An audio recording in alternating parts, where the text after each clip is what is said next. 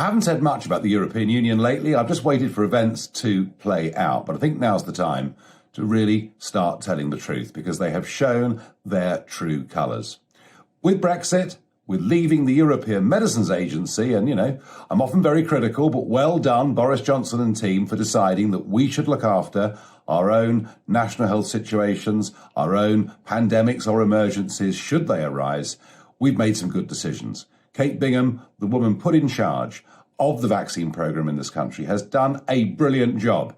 I went along on Friday. I went to Crystal Palace Football Club to get my first jab, and I have to say, there was almost a carnival atmosphere there. The whole people were happy. The whole thing was efficient. I was in and out in no time. It was brilliant. And nearly 30 million of those jabs have now been administered. By contrast, the EU, centralised, run by bureaucrats, has made a complete mess of it. They were months behind ordering necessary vaccines for Europe, and they can now see headlines in German, French and other newspapers saying, we're jealous of Britain. With Brexit, they're doing well and we're doing badly. And now they're starting to lash out. But not before President Macron and Angela Merkel decided to have a go at the Oxford AstraZeneca vaccine, both of them saying it wouldn't work in older people and it would be ineffective. And that in countries with quite big anti-vax populations that exist already. So where are we today? Well, after she threatened to reimpose a hard border in Northern Ireland, Ursula von der Leyen is now talking about two things. The first is she's telling us that they're going to stop any vaccine exports to the United Kingdom.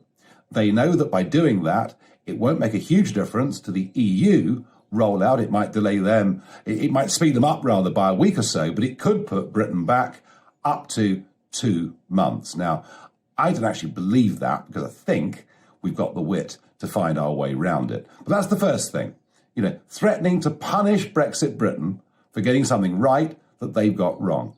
But the second thing is even more telling. 6 times I stood up in the European Parliament over the years.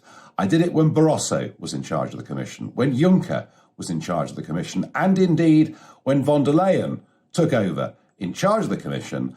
And I said this was the new form of communism. And of course, everybody laughed. Oh, isn't it funny? Farage is off on one again.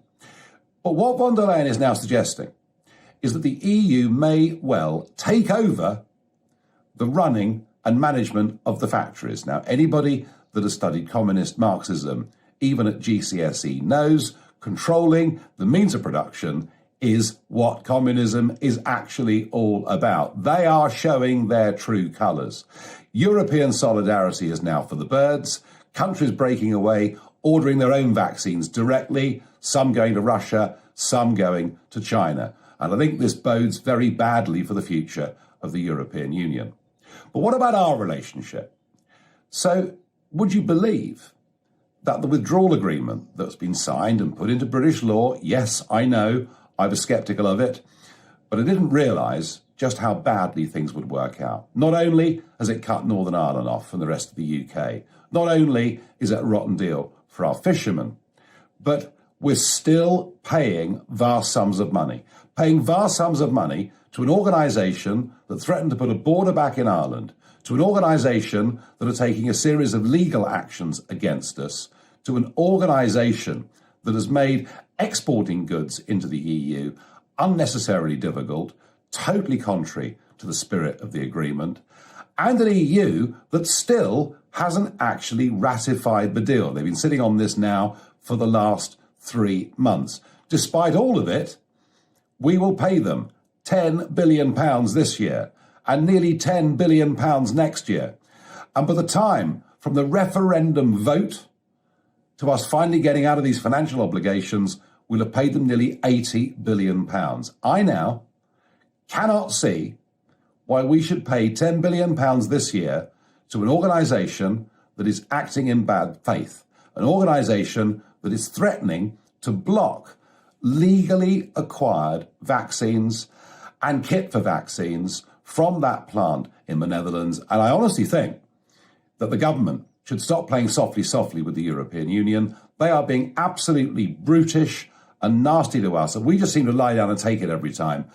Let's now threaten them with this money. They're in breach of what we signed up and agreed to, and if they continue in this manner, we will stop giving them billions of pounds of British taxpayers' money. That strikes me as being a fit and reasonable thing to do, and I urge the government in their negotiations to tell the EU, which is struggling for cash anyway, start playing with a straight bat, or we're not going to send you any more money.